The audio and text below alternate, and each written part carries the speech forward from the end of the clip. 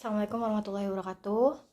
Perkenalkan, nama saya Nurul Fitri dengan NIM 1862151173. Di sini saya akan mengerjakan tugas UAS saya dengan dosen pengampu Ibu Ajeng Priendar Ningtyas, S.Hum MPD, dengan judul Teknik Pengembangan Simulasi untuk Anak Speech Delay.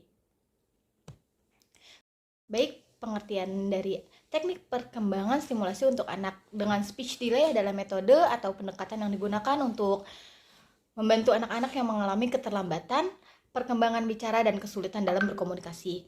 Tujuan dari teknik ini adalah untuk merangsang dan mendorong perkembangan kemampuan berbicara dan berkomunikasi pada anak.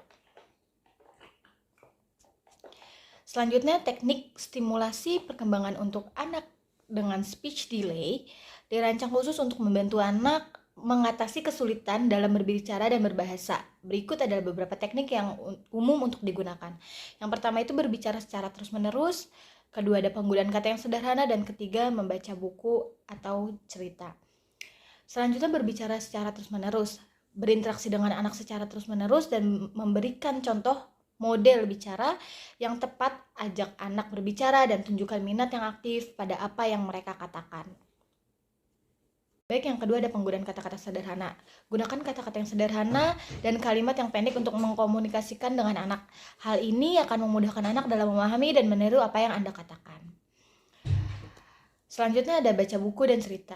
Bacakan buku-buku cerita anak secara rutin, pilihlah buku dengan gambar yang menarik dan cerita yang sesuai dengan minat anaknya. Selain membantu mengembangkan keterampilan bahasa, ini juga dapat meningkatkan minat anak terhadap membaca. Interaksi sosial anak dengan teman sebayanya.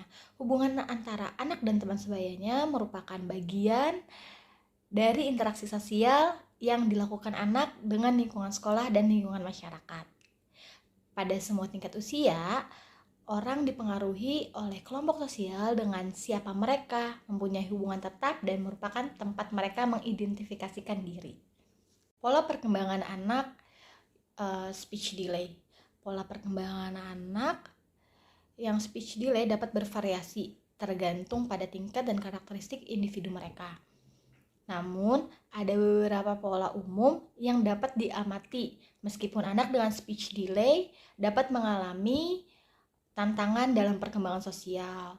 Penting untuk diingat bahwa setiap anak adalah individu yang unik dengan dukungan yang tepat, intervensi terapi yang sesuai, dan lingkungan yang mendukung. Anak-anak dengan speech delay memiliki potensi untuk mengembangkan keterampilan sosial yang lebih baik seiring berjalannya waktu, melibatkan terapis bicara, ahli perkembangan anak, dan tim profesional kesehatan lainnya dapat membantu dalam merancang intervensi yang sesuai untuk mendukung perkembangan sosial anak. Perkembangan aspek sosial secara umum. Menurut Erikson, masyarakat memiliki peranan yang sangat penting dalam perkembangan psikolog seseorang individu. Peran ini dimulai dari pola asuh orang tua hingga aturan atau budaya masyarakat.